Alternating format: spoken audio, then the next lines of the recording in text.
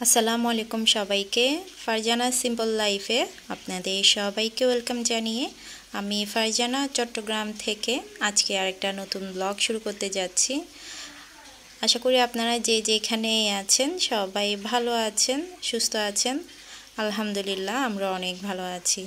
আজকে ফজর থেকেই কিন্তু ব্লগটা শুরু করেছি। বাহিরে কিন্তু ফজরের আজান দিয়ে ফেলেছে। তো ফজরের আজান দেওয়ার পর আমি উঠে গেলাম ঘুম থেকে। তো তারা তো কিন্তু উঠে গিয়েছিল, সাথে ওকে একটু ঘুম পাড়িয়ে দিয়েছি। এরপর ফজরের নামাজটা আদায় করে নেব। তো বাহিরে কিন্তু গুড়ি গুড়ি বৃষ্টি হচ্ছে।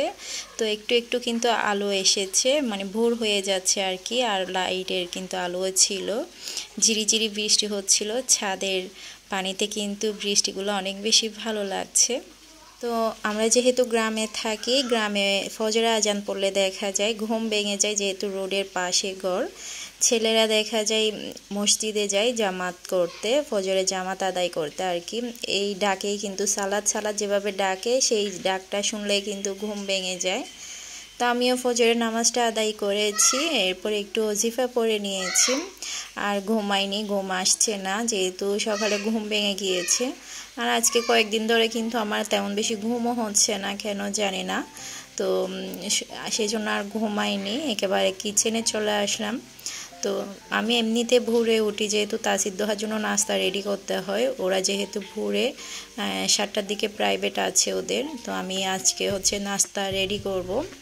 তো আজকে হচ্ছে আমি বুট ভিজিয়েছি, এটা গত রাত্রে ভিজিয়ে রেখেছি। তো এই ডালটা আমি গতকালকে সন্ধ্যা বানানোর জন্য ডালটা ভিজিয়েছিলাম। তো সন্ধ্যায় আবার অন্য নাস্তা করে ফেলেছি। ডালটা ব্লেন্ড করে আমি নর্মাল ফ্রিজে রেখে দিয়েছিলাম। তো যেহেতু ডালটা ব্লেন্ড করেছি, তো চিন্তা করলাম রাতে একটু বুট ভিজাই, সকালে নাস্তা করব আজকে পেঁয়াজ আর বুট দিয়ে। আর আমার ঘরে দেখা যায় ছোলা বানালে আমার শাশুড়িও খায় না, আর নুসাইবা তো একদমই খায় না, ছোলাটা তেমন বেশি পছন্দ করে না। তো এটা বুট ভিজালে কিন্তু সবাই খুশিতে খেয়ে নেয়। সবাই বলতে বিশেষ করে নুসাইবা আর আমার শাশুড়ি বুটটা বেশি পছন্দ করে। তো নুসাইবা আব্বুকে বলে বুটটা আনিয়েছি, মাঝে মাঝে চটপটি খাওয়া হয়, এরপর বুট ভেজে খাওয়া হয়। তো গত কয়েকদিন আগেও আমি বুট ভিজিয়েছিলাম, প্রেসার কুকারে 2 সিটি দেওয়ার পর বুটটা একদম ডাল হয়ে গিয়েছে। তো এটা কিন্তু বাচ্চারা আর খায়নি, আমি সকালে আবার রুটি দিয়ে এগুলা খেয়ে ফেলেছি। আর বুটটা মুড়ি দিয়ে খাওয়া যায়নি। তো আজকে একদম দাঁড়িয়ে থেকে আমি বুটটা শুধুমাত্র 1 সিটি দেওয়ার পর সাথে সাথে নামিয়ে নিয়েছি। দেখা যায় অনেক সময় বুট একটু বেশি সিদ্ধ করে ফেললে না, এটা একদম নরম হয়ে যায়। এটা কিন্তু চটপটি খাওয়া যায়, এটা আর ভেজে মুড়ি দিয়ে খেতে ভালো লাগে না। তো আমি একটু পানি দিয়ে প্রেসার কুকারের ঢাকনাটাও খুলে নিলাম, যাতে বেশি নরম হয়ে না যায়। তো এই তো নাস্তা রেডি করে আমি তাসির দোহাকে খাইয়ে দিয়েছি। এরপর তাসির দোহাকে টিফিনের জন্য আমি বুট পেঁয়াজু দিয়ে দিয়েছি, যাতে ওরা টিফিনে খেতে পারে। তো এরপর আমি নাস্তা করে নিয়েছি। আজকে কিন্তু সকালে আর ঘুমাইনি, এরপর এখন নাস্তা করে একটু বিশ্রাম নেব। তো আরেকটা জিনিস খেয়াল করেছি, আমি যেদিন ভোরে উঠি সেদিন কিন্তু অনেক কাজ এগিয়ে নিতে পারি। আর দুপুরে রান্নার সময় একটু তাড়াহুড়া হয় না। ঘুম থেকে ওঠার পর কিন্তু সকালে অনেক কাজকর্ম থাকে, তো আমি সবগুলা কিন্তু সকালেই করে নিয়েছি। আর এদিকে হচ্ছে তাওরা তো উঠে গিয়েছে ঘুম থেকে, ও সকালে অনেকক্ষণ ঘুমিয়েছিল। তো ওর জন্য আমি পুডিং বানিয়েছি, শুধুমাত্র একটা ডিম দিয়ে একটু দুধ অল্প চিনি দিয়েছি। তো যেহেতু ছোলা পেঁয়াজ এগুলো খাবে না, যেহেতু একটু ঝাল হয়েছে, আমরা বড়রা খাবো, তো সেই জন্য ওর জন্য একটা পুডিং বানিয়ে নিয়েছি। আমি এখন পুডিংটা ওকে দিয়েছি, একটু ঠান্ডাও করে নিয়েছি। ও যেহেতু ঘুম ছিল, তো ওর আব্বুকে দিলাম, ওর আব্বুকে খাইয়ে দেওয়ার চেষ্টা করছে। ও কিন্তু নিজের হাতেই খাবে, ও খেতে জানে না, যেহেতু এখনো ছোট মানুষ, তবুও কিন্তু চেষ্টা করছে। আর ওকে দেখা যায় কিছু খাবার বানিয়ে দিলে ও অন্যজনের হাতে খেতে চায় না। আগে কিন্তু আমি খাইয়ে দিতাম, খুবই সুন্দরভাবে খেয়ে নিত যখন ছোট ছিল। এখন যত বড় হচ্ছে ওর কিন্তু দুষ্টামিটা বেড়ে যাচ্ছে, ও খাইয়ে দিলে এখন খায় না, নিজের হাতে খাওয়ার চেষ্টা করে। তো কিছু খাবে, কিছু ফেলে দিবে, এটাই হচ্ছে বাচ্চাদের অবস্থা। তো যাই হোক, ও নিজে অল্প খেলো এটাই কিন্তু সন্তুষ্ট। তো তাওরাতের জন্য এক্সট্রা করে আমি খাবার দাবার বানাই না বা রান্না করি না, যেহেতু খেতে চাই না। আমি যেই দিন ওর জন্য এক্সট্রা করে কিছু বানাই সেগুলো কিন্তু একদমই খাই না। আমরা বড়রা যেগুলো খাই ও একসাথে বসে সেগুলো খাওয়ার চেষ্টা করে। তো এখন কিন্তু খাবার দাবার খুবই কম খাচ্ছে ও, সেই জন্য অনেক শুকিয়ে গিয়েছে। আগে মাশাআল্লাহ তাওরাতের অনেক ভালো স্বাস্থ্য ছিল, এখন যত বড় হচ্ছে তত বেশি চিকন হয়ে যাচ্ছে আর কি, তেমন খাবার দাবার খাচ্ছে না। তো এদিকে হচ্ছে আমি রান্না বান্না শুরু করে দিয়েছি, যেহেতু দুপুরের জন্য আমার কিছুই ছিল না। তো তাসির দোহাকে তো আজকে টিফিনে ভাত দিইনি, ভাত দিলে কিন্তু রাত্রে রান্না করে ফেলতে হয়, যেহেতু ওদেরকে সকালে যদি ভাত দেওয়া হয়। তো যেহেতু রান্না করা ছিল না, ওদেরকে বুট আর পেঁয়াজও দিয়ে দিয়েছি। এখন দুপুরের জন্য রান্না করছি। আমার কিন্তু মুরগি শেষ হয়ে গিয়েছে, ফ্রিজে মুরগি নাই। তো আজকে নুসেবা আব্বু হচ্ছে নুসেবাকে নিয়ে ডাক্তারের কাছে গিয়েছে, ওকে যেহেতু প্রতি মাসে ডাক্তার দেখানো হয়। তো ওরা যেহেতু ডাক্তারের কাছে যাচ্ছে, আমি আর বাজার আনতে বলিনি। তো ফ্রিজে যেহেতু গরুর মাংস ছিল, আমি গরুর মাংস ভিজিয়ে নিয়েছি। তো আমি গরুর মাংস আজকে একটু কাঁকরোল দিয়ে রান্না করব চিন্তা করলাম। বাচ্চারা দেখা যায় সবজি টবজি এগুলো খেতে চায় না, যেহেতু আমার শাশুড়িও নাই। আমার শাশুড়ি থাকলে দেখা যায় সবজি রান্না করা হয়, উনি যেহেতু সবজি ছাড়া ভাত খায় না। তো আজকে চিন্তা করলাম শুধুমাত্র গরুর মাংসটাই রান্না করব। তো যেহেতু বাড়িতে কেউ নাই, তাসির দোহা নাই, এরপর নুসাইবার ওর আব্বু নাই, তাওরাতকে নিয়ে এত বেশি আমি প্যারার মধ্যে ছিলাম সকাল থেকে। ও যেহেতু ওর আব্বু চলে যাওয়ার পরে এত বেশি কান্না করেছে, কোনো কাজই করতে পারছি না। তো সকালে তো অনেক কাজ করে নিয়েছি, আমি রান্নাটাও বসাতে পারছি না, ও এত বেশি কান্না করছিল। আর ও এখন একা একদমই থাকতে চায় না, যেই দিন একা থাকে সেদিন আমার কিন্তু অনেক বেশি কষ্ট হয় ওকে সামলাতে। কিছুক্ষণ ছাদে নিয়ে যায়, কিছুক্ষণ নিচে নিয়ে যায়, এভাবেই কিন্তু আমার দিনটা কাটে। তো অনেক বেশি কান্না করছিল। তো যেহেতু দুপুরে রান্না করতে হবে, আমি এদিকে হচ্ছে মশলাটা ভালো করে কষিয়ে মাংসটা প্রেসার কুকারে দিয়ে দিয়েছি। মাংসটা কিন্তু অলরেডি সিদ্ধ হয়ে গিয়েছে। তো এদিকে কিন্তু জোহরের আজানও পড়ে গিয়েছে। আমি খুবই তাড়াহুড়া করে রান্নাটা করছি, যেহেতু তাওরাত অনেক বেশি কান্নাকাটি করছিল। আমি কিছুক্ষণ ওকে কোলে নিচ্ছি, কিছুক্ষণ রান্নার দিকে দেখছি। তো এটাই কিন্তু আমার অবস্থা।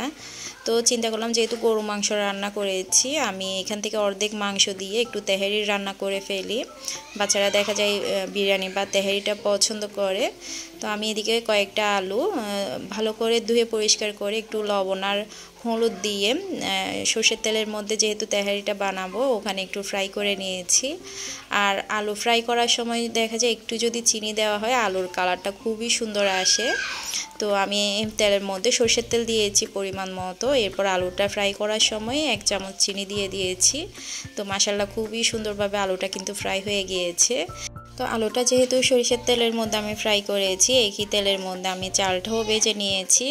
তো মাংসটাও দিয়ে দিয়েছি, আমি হাফ দিয়েছি, হাফ রেখে দিয়েছি। হাফ মাংসের মধ্যে আমি কয়েকটা কাঁকরোল দিয়ে এগুলা ভুনা করে নিয়েছি।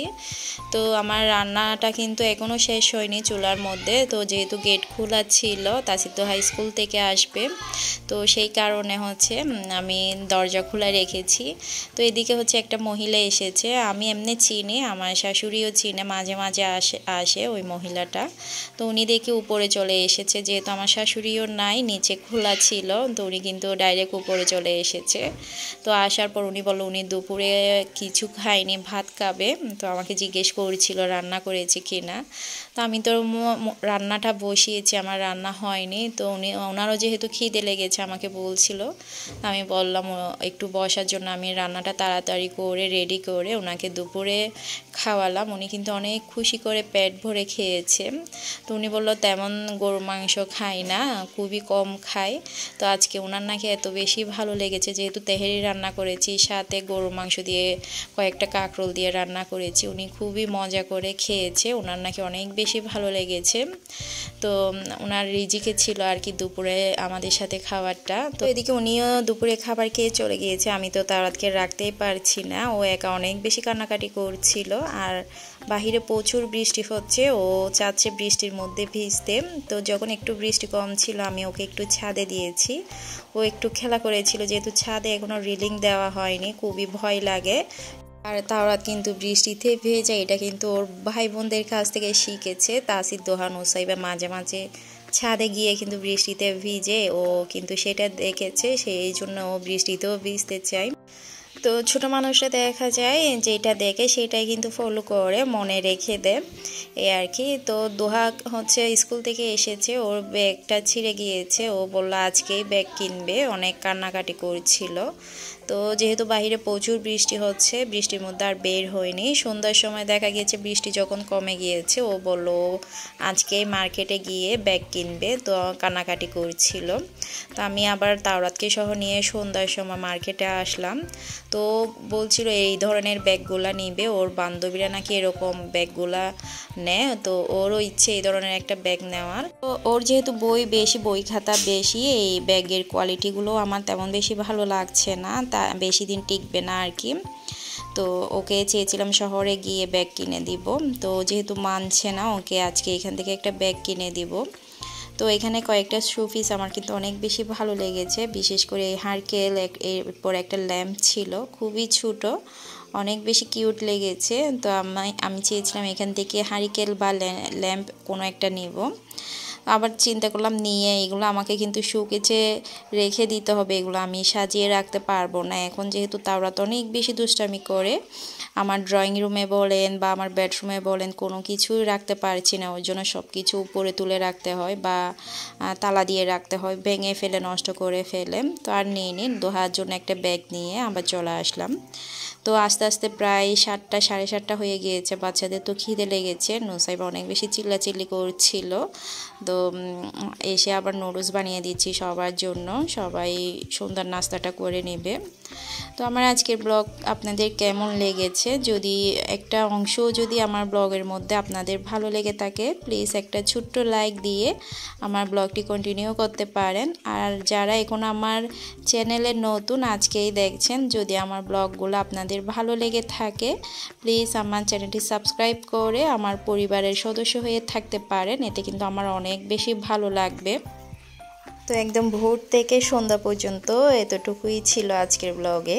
তো সবাই ভালো থাকবেন, সুস্থ থাকবেন, সবাই নিরাপদে থাকবেন, সবার জন্য দোয়া করবেন। আসসালামু আলাইকুম, আল্লাহ হাফেজ।